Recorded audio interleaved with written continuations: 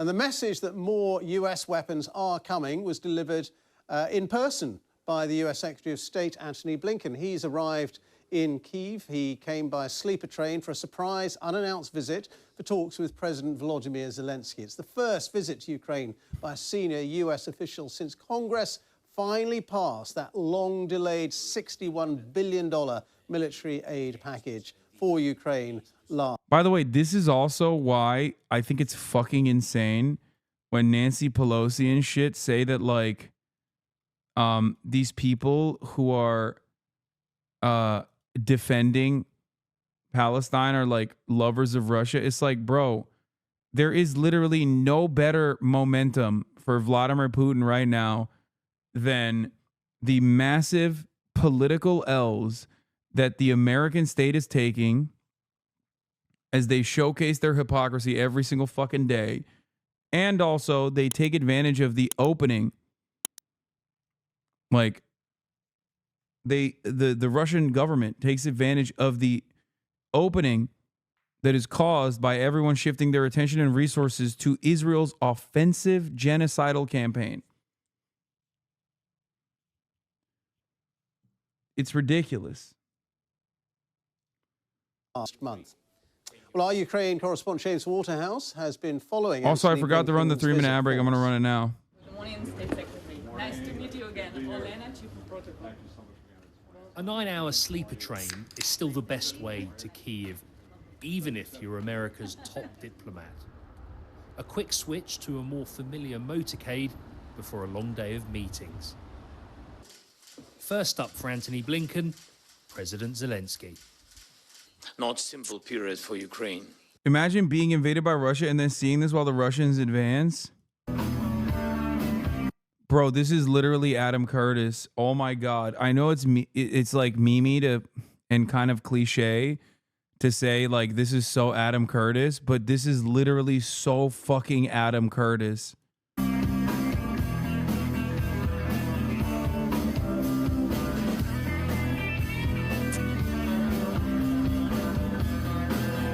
This is Adam Curtis B-roll, like straight up. And to the cacophony of sound, Russian forces advanced into Kharkiv as Secretary of State Antony Blinken, with not a shred of irony, chose to play Rocking in the Free World.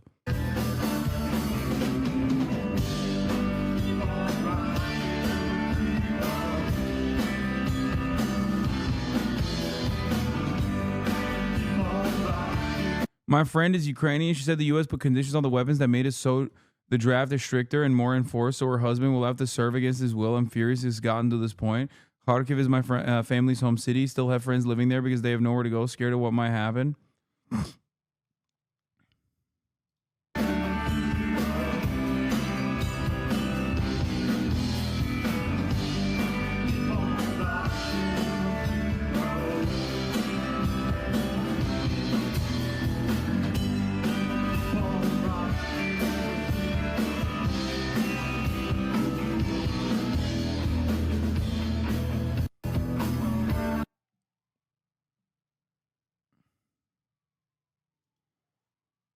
That's great, man. That's cool. Keep on rocking in the free world, dude. If this was a scene in a movie, I'd have to say this movie was unbelievable.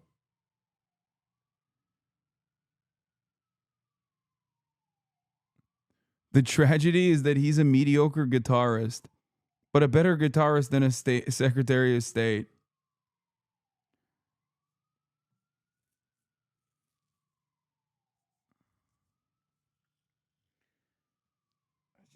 I don't know. I don't know what to say about this.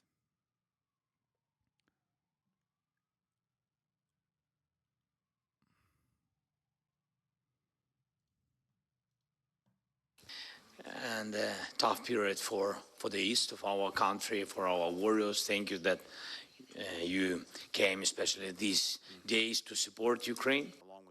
This is the first high-level US visit since the unblocking of a $61 billion military package for Kyiv. Welcomed? Yes.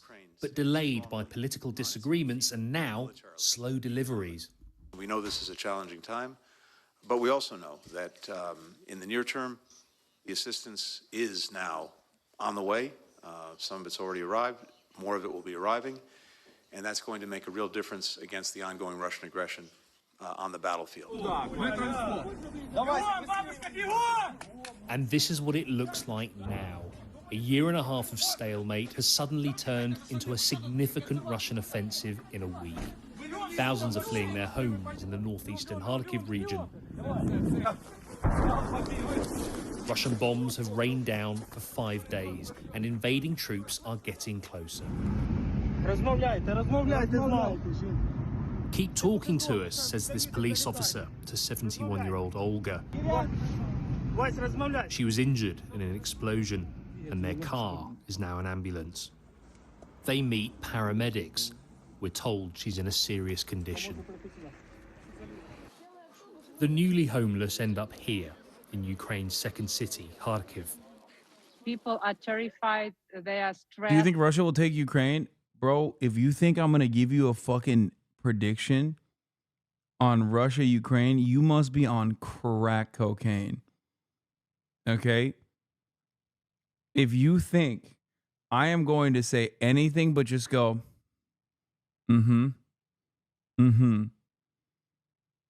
you're out of your goddamn mind.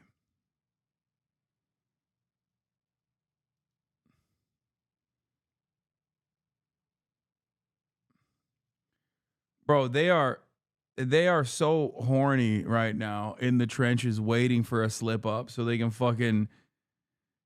like shift the attention away from how fucking unhinged they've been towards like someone who has personally tried their very best to physically be like inoffensive to as many people online as possible, like Ludwig. Basically demonstrating to onlookers how fucking insane they are. Okay? They're salivating at the prospect of something that they can clip out of context.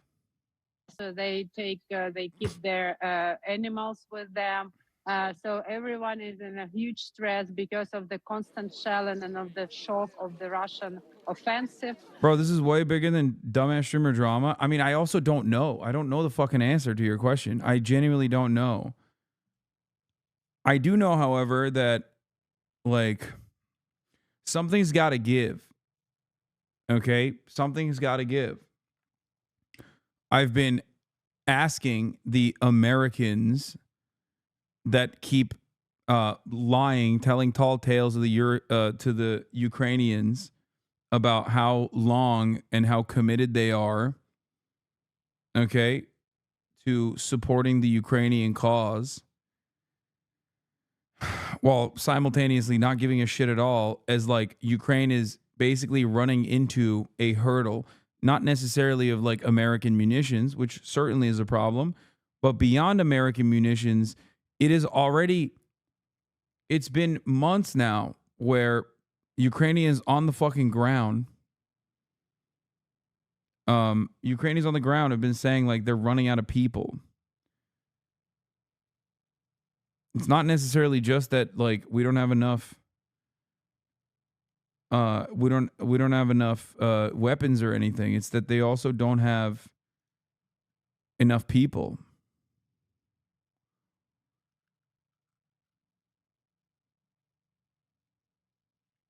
Where is it? Someone, Elent News said something, but I missed it.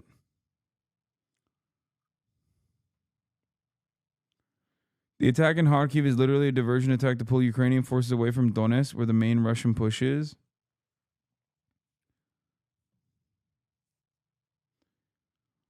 Ukrainian military leaders only make such statements in Western media, while people in Ukraine are fed propaganda about winning war.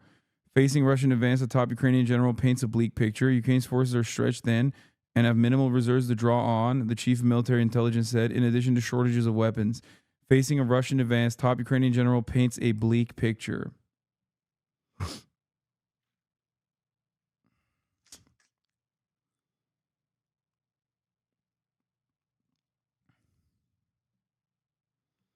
You don't have to say it, but it's clear that Ukraine is being used. This has nothing to do with fighting for freedom or any of that bullshit. This is simply a fund arms depot trying to waste Russian arms. Yeah, no, I have been saying that. I, as a matter of fact, have not stopped saying that. The American interest, no matter what, is always going to be about using and abusing whoever, even if their cause of emancipation is just. And Ukraine's emancipatory cause is certainly just. They are being invaded by a much larger force, viciously, as a matter of fact. That is unconscionable, that is unacceptable. Russia's actions are ridiculous, violent.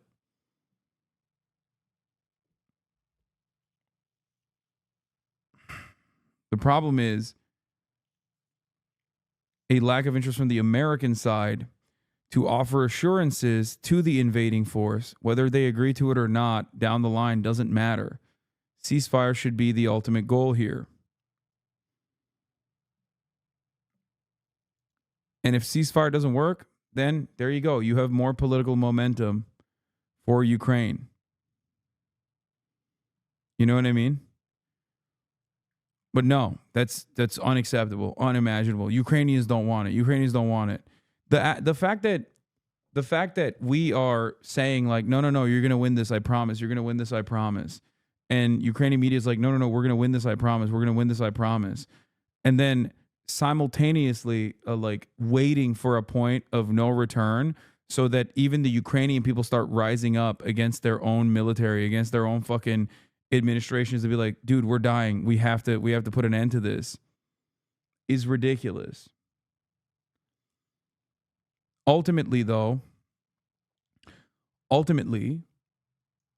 I don't know how many deaths have to happen until it gets to that point. Did you just describe a meme?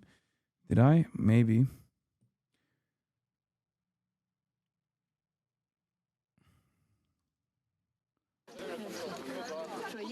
For now, Kharkiv city is a place of relative safety.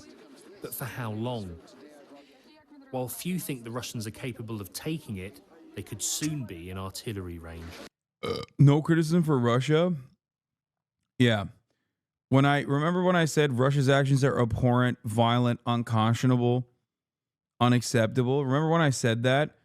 And when I said the Ukrainian cause of emancipation is just and valid, I actually didn't, this chatter didn't hear that at all because he had fucking clutter in his ears, I think. The fuck are you saying?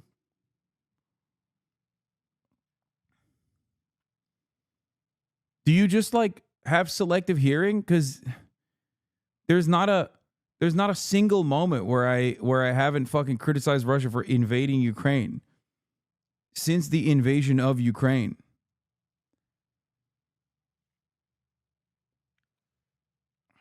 I don't know. I don't know what else to say, man.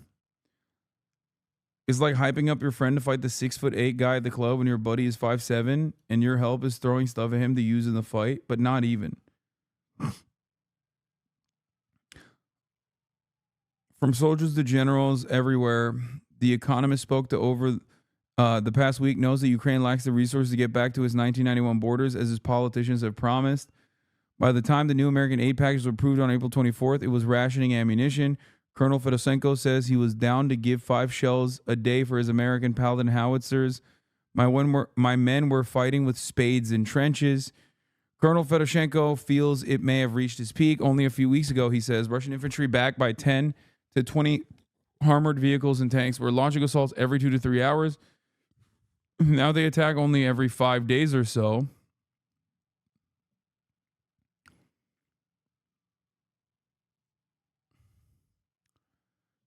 Okay, this is good.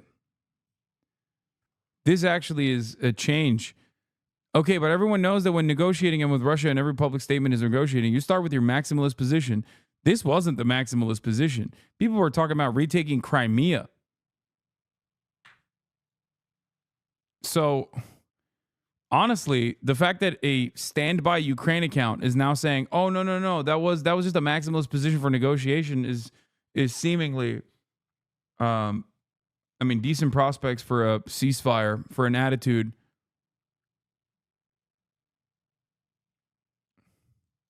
I don't know how big this fucking account is. Doesn't seem like it's a valid account. But the fact that they are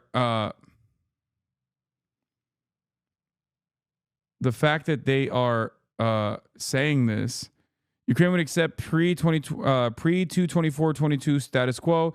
The issue is that Putin just amassed 500,000 casualties, taking the Crimea land bridge, and going back to the status quo would mean they were squandered for nothing in his eyes. Well, what about a ceasefire? The Ukrainians are rightfully very hesitant about agreeing to one for the simple reason that there's nothing to stop Putin from rearming and attacking again. The sanctions are unlikely to go away in the event of a ceasefire, and the West is unlikely to provide Ukraine with any guarantees that would prevent a third Russian invasion. Bro, these are fucking... The point I'm trying to make is that these are pro-Ukrainian accounts that would have a year ago would be fucking screaming bloody murder when I said this. 2 years ago, they would have been like, you are literally a Putinist Nazi. Okay?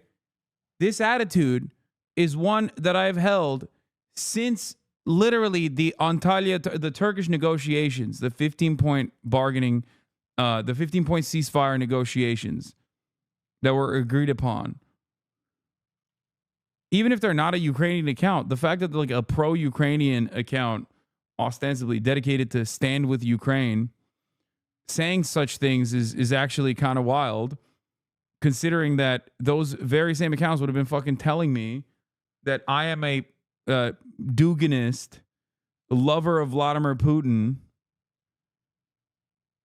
and that what the Ukrainians want is just like to fucking live and die by the sword. I'm just saying.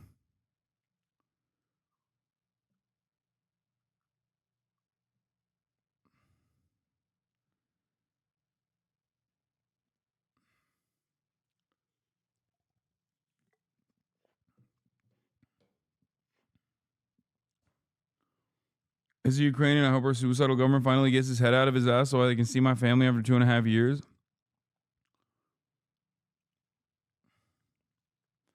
I call you a Duganist all the time, but you never acknowledge.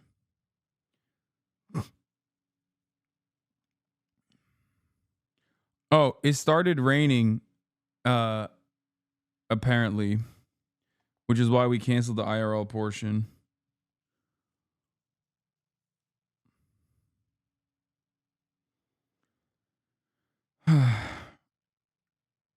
What is this? Just got in today. Did you react to the short doc by Prager U? Bro, I am not giving my fucking email to these freaks.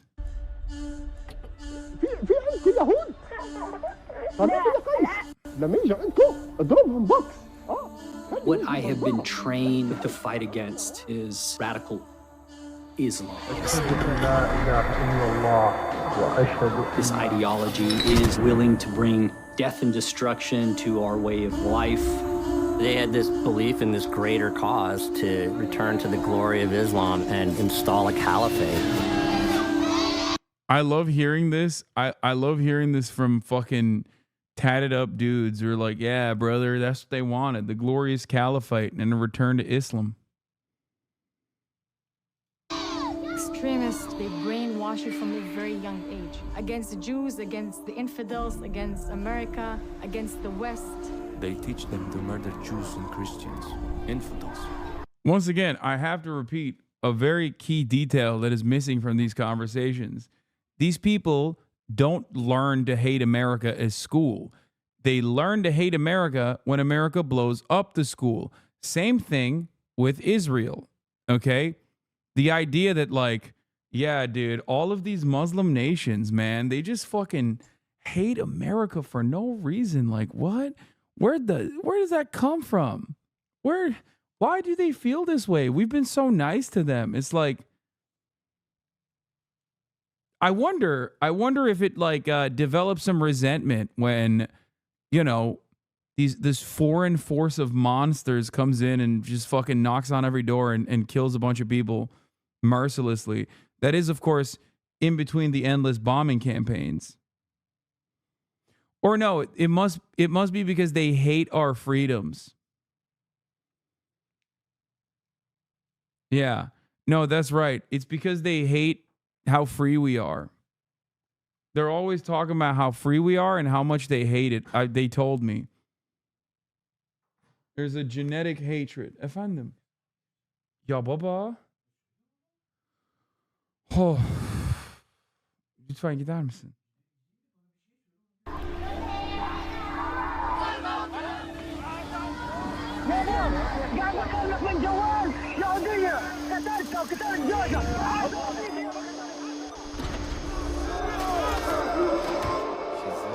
This is a religious war.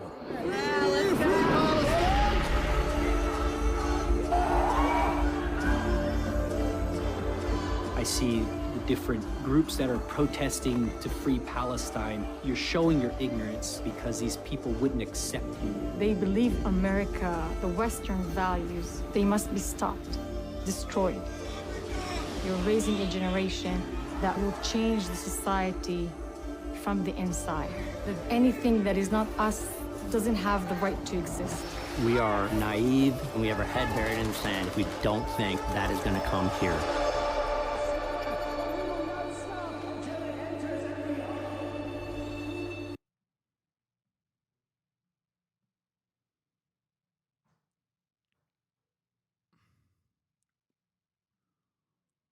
That's sick, man. Thank you, PragerU. What is this? Regret to inform you the Russian poll is getting better. Russian propaganda is getting better. Do I even want to watch this shit?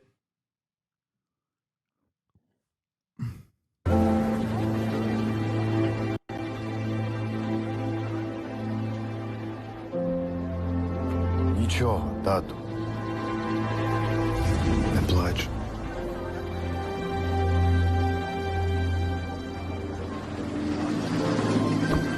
Тримайся.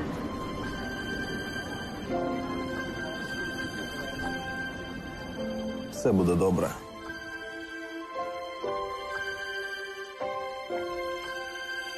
Струнко! Завантажуй цих! Україна мати, ми за Україну будемо воювати. Батько наш Бандера, Україна мати, ми за Україну будемо воювати. I don't understand. Doesn't this imply that they're literally fucking attacking and failing to overtake cities where the predominant force of defense is like old men and women? Like, I get the point that they're trying to make, which is that, like, oh yeah, the Ukrainian forces basically have no one left. You know, it's just like they're literally expanding the draft, which is true. That's a, you know, politically touchy subject. A lot of Ukrainians understandably escaped when Russia invaded, and now it's getting to become a problem. There are literally Ukrainian refugees in this chat that can't return home right now. But it's wild that they would put this propaganda up as a own to be like, hey, you know who we're shooting at right now, dude? Old ladies.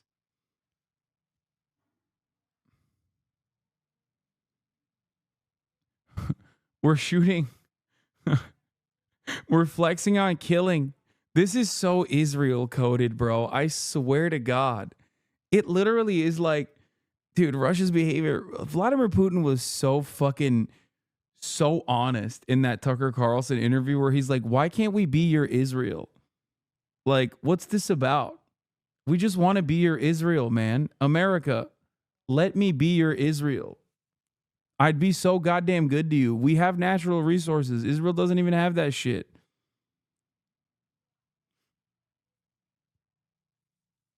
It's fucking kind of sad, but also kind of funny that they're just like, yeah, we're doing it, man. We're killing all these old people, and they're still putting up a strong defense against our. Давай наступних!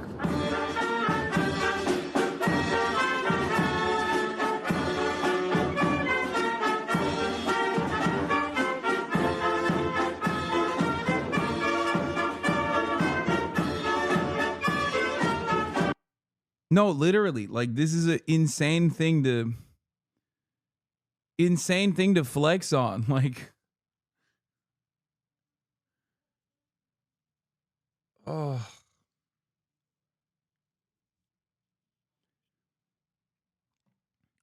Bro, this straight up, this is exactly the type of shit that I would see from Israeli Hasbro operations. This is supposed to reach the Ukrainian audience too. It's all in Ukrainian, not Russian. No, I know that the goal here, the motivation here is to be like, see, your government is like fucking sending you in harm's way, and making you fight to the last Ukrainian. Bitch, fighting against who? It's not like they're fighting against a hurricane. They're not fighting against the earthquake. They're fighting against you, motherfucker. Stop killing them. Obviously, having said that, like, it can be, I mean, I know that there is one way to get people to not be on board, because remember, Ukraine is a nation state. Okay? Something you have to always consider, and this is something that I've talked about quite a bit. Ukraine is a nation state. Sure, very poor. Sure, not exactly the best beacon of, liberal democracy or anything. But it's still a nation that had its own boundaries, had its own relative sovereignty, had its own culture, had its own form of techno music, CSGO players. It's not like Gaza in that sense, where the Gazan population doesn't have anywhere to fucking go, whereas the Western world basically welcomed a lot of Ukrainian refugees. You know what I mean? The people have an understanding of relative safety. The people in Ukraine have an understanding of like relative peace and living a life as like a marketing manager. You know what I mean? Not that long ago. So for them, I suspect that they would probably, given the relative comfort in comparison to like Palestinians in Gaza, they are less likely to, join join their brothers in arms and put up an armed resistance front. And that's probably the reason why the Ukrainian government is forced to take like politically damaging moves and take further action. How do you tell the difference between Ukrainian and Russian language and culture, though? You can't. Bro, don't even get me started on this, okay? Don't even fucking get me started on this conversation. People are going to get so mad at you for saying that, and I'm just simply going to tell you, I don't agree, okay? I would never say such things. I don't fucking agree.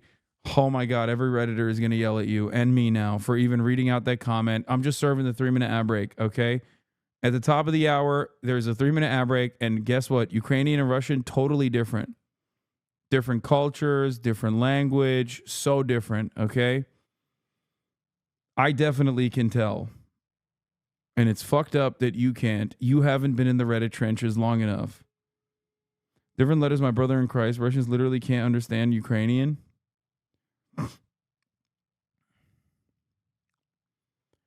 I suspect it's the difference is maybe even less, maybe even more marginal, I would say, than the difference between like Azerbaijan and Turkey. Both speak a different form of Turkic. People in Azerbaijan can understand Turkish, but people in Turkey cannot really understand the Azeri language. Okay? Here's the 3-minute ad break now, by the way.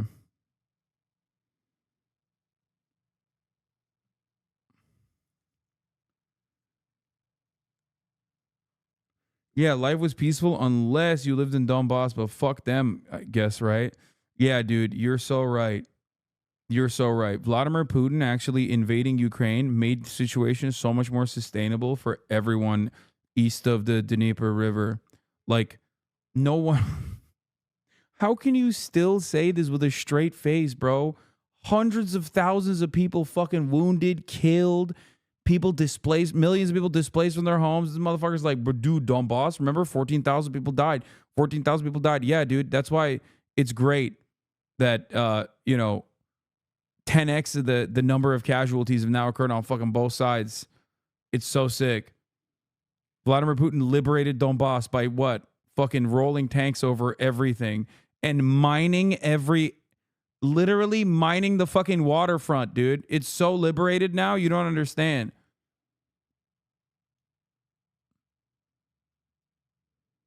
He literally agrees with you, bro.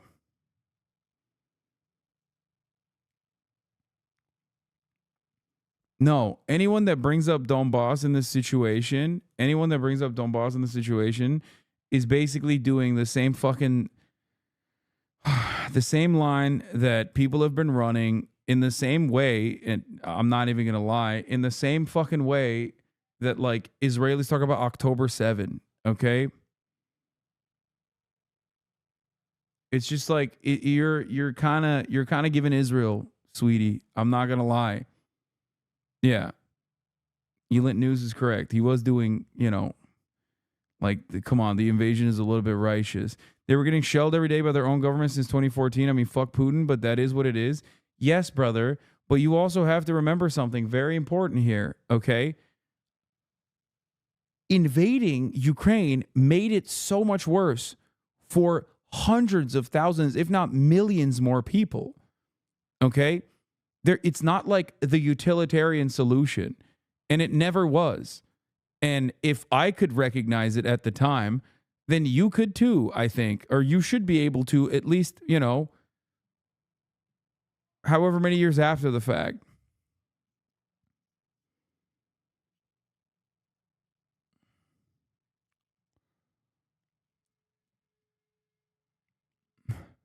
Anyway. Russia did not start this war. Dude, Russia absolutely started this war. Listen, I've gotten shit on a lot for what I've said about Crimea. Okay? I've gotten shit on by NATO Andes a lot for 1, the annexation of Crimea and my position on it. 2, for the refusal from both parties to implement the Minsk protocols. Okay? Every single person, every single NATO dick rider has been up my asshole for so long because they say I'm pro Vladimir Putin. Okay? None of that justifies the invasion of a country with 40 plus million at the time, 44 million people whose entire national identity and its entire nation state project literally revolves around not being Russian. Okay? That's it. It's ridiculous. And I don't care how many people in the fucking global south think that what Russia is doing is great. I don't care. Okay? I don't care. I am by no means a defender of Western imperialism, but this does not mean that I'm going to defend another capitalist, fascist fucking state encroaching upon the borders of another state, regardless of however many fucking Nazis are there. Okay? And as I've detailed time and time again, despite the fact that, once again, every fucking annoying Redditor pro-NATO piece of shit has said time and time again, since day one, since the first day of the Russian invasion, I told you, you do not denazify a country by invading it. Okay? You do not. Doesn't work that way. Unless we're talking about Nazi Germany, in which case we didn't denazify hard enough. Okay? The only thing you do in this day and age when you invade a country with a nationalism problem, okay, especially if you are Russia and the country that we're talking about is Ukraine, is basically galvanize the Nazis, galvanize the nationalists, and basically make the entire country go, oh, those guys were so right this whole time. Okay?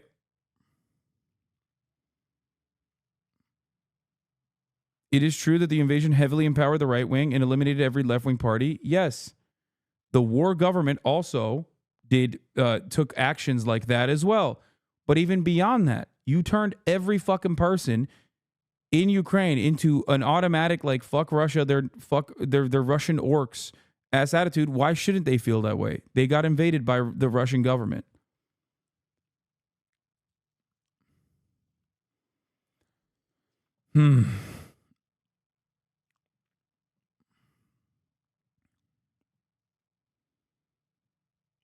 Also, currently, the Georgian government, on behalf of the RU government, is trying to begin implementing Russian-style repression step by step, as well as swift change on social policies, like wanting to introduce anti-LGBT laws that will censor media and make any LGBT protest of any kind illegal.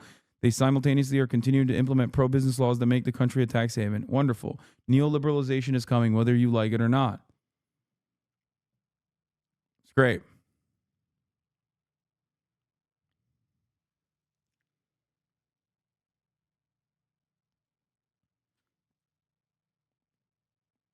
Weren't they already doing anti-communist and anti-labor leftist on beforehand? Yes. They were. The West didn't help the situation by completely sidestepping the Minsk agreements. It's just a silly coincidence that talks broke apart after the Afghan collapse. The West fucked up the deal for the sake of weapons manufacturing profits. Yes. I've talked about the Western involvement in Ukraine every single day for months on end until the cows came home. The cows are home now. They're mooing. Okay? They're mooing. The cows have moved they're moving into Kharkiv. The idea that, like, there was always a political option to exhaust, especially when you already have Crimea, especially when you took Crimea basically without fucking doing one single shot. The original position of the Russian government was to maintain Luhansk and Donetsk as autonomous regions under the Ukrainian government. Okay? The autonomous region under the Ukrainian government would have been an infinitely more favorable position for Ukraine as they moved in the direction of, not maybe becoming a full-blown EU nation or whatever, but at least, like, getting those sweet neoliberal trade agreements that the European corporations wanted and the American government wanted.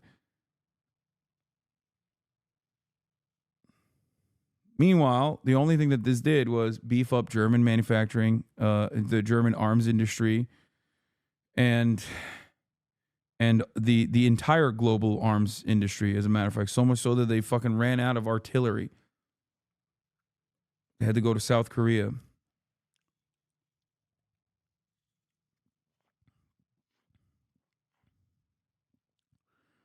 I'm reading a Viet Cong memoir, and the author is explaining how the American occupation galvanized non-communists to become Viet Cong. So in the same way, Russian occupation is galvanizing more people to become Azov fascists. I mean, maybe not even Azov fascists, but, like, definitely way more reactionary.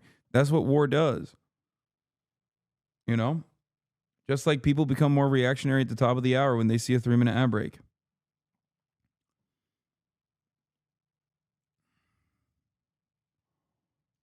But yeah. Wonderful stuff overall. Missiles routinely hit Kharkiv. If this offensive isn't contained, the destruction will be even greater. Ukraine is struggling to hold what is a new front line. Well, we can go straight to James now. James Waterhouse, our Ukraine correspondent, who's live for us in Kyiv. And I suppose, as I mentioned at the beginning, these weapons that Antony Blinken says are coming, these new... Oh, fuck. I ran the ad break already, and I'm running it again? Fuck, I'm sorry. Well, after this coverage is over, I'm going to end the broadcast anyway, but... Weapons supplies, they can't come quickly enough, really, for Ukraine and for those frontline forces who are dealing with this kind of surprise offensive which has been launched near Kharkiv. Absolutely. I mean, Ukraine, Ben, is adamant that this wasn't a surprise, that it was merely sudden, but the inescapable reality is that its troops are struggling to contain this joint incursion.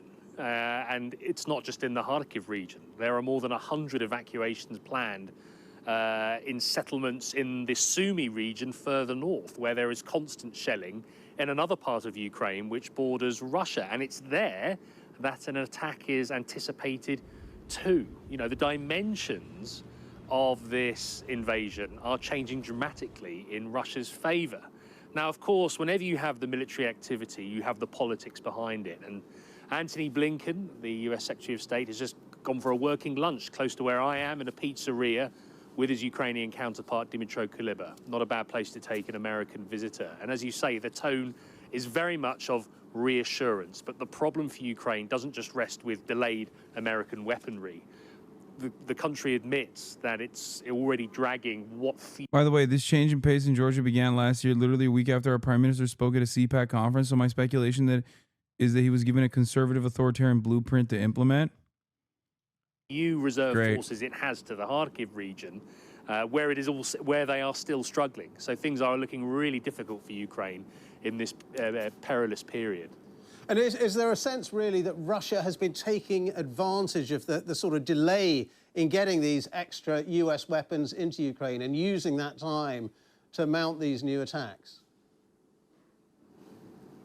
Absolutely. I think we've seen a gradual taper since last October, which is actually when the political disagreements really started to affect the freeing up of this American aid. You had more and more Ukrainian units having to ration ammunition, whereas you had Russia remaining on a war footing, mobilizing more men, which Ukraine, incidentally, has struggled with as by way of a domestic challenge. And so what Russia has done, notably in the east, was take more and more Ukrainian territory, square kilometre by square kilometre. It had a trophy in the form of the town of Avdiivka. They haven't stopped there. Their tactics are costly, but it's now changing to a new dimension. James, very good to see you. Thank you very much for that. James Waterhouse there, our Ukraine correspondent. So let's talk a bit more about what are the arms and weapons that the United States is supplying to Ukraine and how they could make a difference on the front line. Well, the aid package agreed by Congress is, as we mentioned, worth more than $60 billion. It includes air defense interceptors, surface-to-air missiles designed to combat enemy bombers and reconnaissance planes. There's also more artillery, which has been in short supply as Ukrainian troops... Ukraine would become a NATO ally and Russia would be left with a 100 million population shithole by the West? No. No. I know I'm very bad on Russia-Ukraine predictions, but especially as things stood in LPR and DPR, with Ukraine, with Crimea being occupied, annexed territory, permanently under Russian rule, there was absolutely zero fucking chance that Ukraine was joining NATO. Okay, 1% chance. I'm going to say 99%. Russia's invasion obviously made it even more impossible, but especially given the energy contracts that Russia has, the consistent trade that Russia has with European nations, like there's no fucking way. I just don't see a world in which like Germany or France would ever be like, yeah, we got to make Ukraine NATO. America doesn't even fucking say, like, even Americans will literally be like, yeah, NATO, one day. One day. Probably not, though.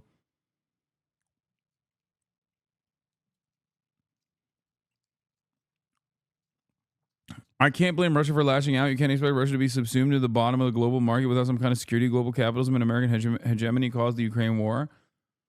I think America has a lot of blood on its hands, for sure. But I think Russia still has more blood on its hands because they are the ones who invaded, instead of continuing to do normal fucking regional actor shit.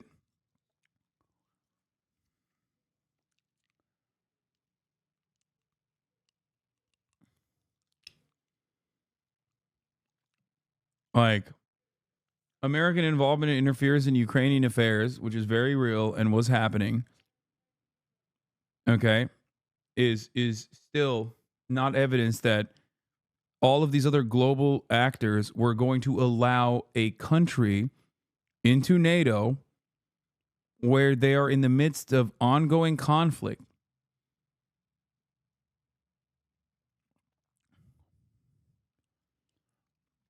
That's crazy. I think it was a L regardless for Russia. Like, people will refuse to see my side on this if they are pushing Z, or even if they're like super anti-America, in the sense that, like, Russia, one, solidified NATO's stances, galvanized support from the public in European countries for NATO, showed regional actors that previously had neutrality agreements with Russia, like unspoken neutrality agreements with Russia, like Finland, and also the dual partnership that Finland has with Sweden. It showed them that it does not have the capacity for a land invasion, for an assault, for a full-blown assault, because its special military operation, which was slated to overpower Ukrainian anti-air defenses and basically overtake Ukraine, maybe not a permanent annexation, but like maybe a decapitation strike, and then I don't know, go back to some kind of political machine that it would create inside of Ukraine, reasserting its dominance in Ukrainian politics, failed. The rest of the world saw, especially regional actors, saw that Russia was incapable of hurting them, but also was still violent and wild enough to even try. And now, a country with direct borders with Russia is in NATO.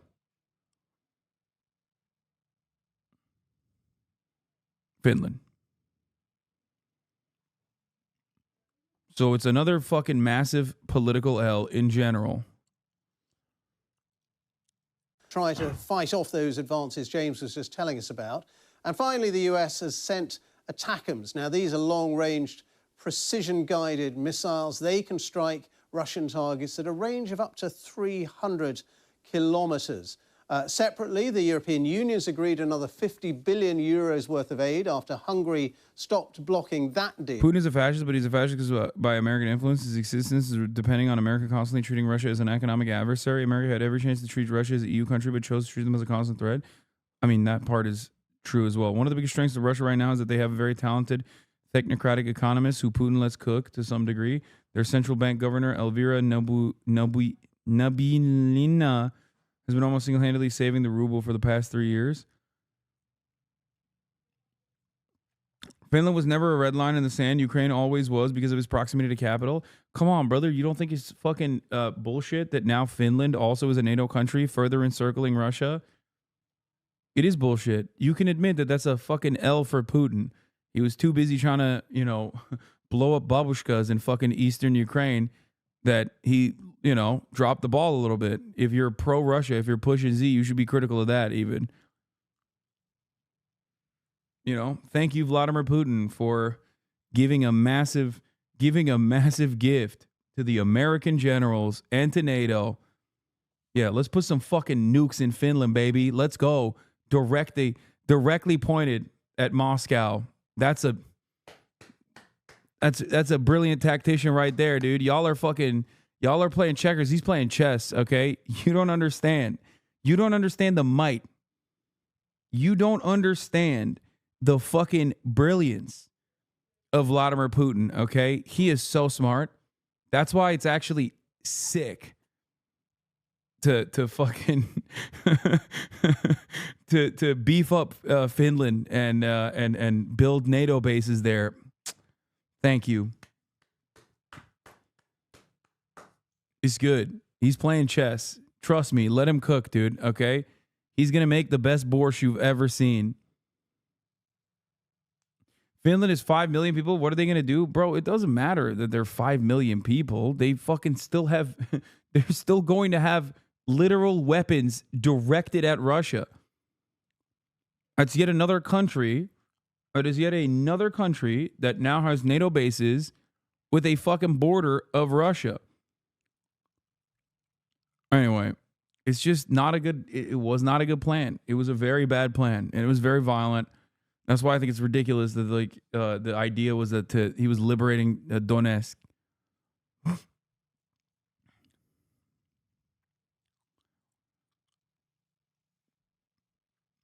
I think an infinitely better way to go about it would have been to consistently beef up your trade alliances with Europe. America was way more threatened by that.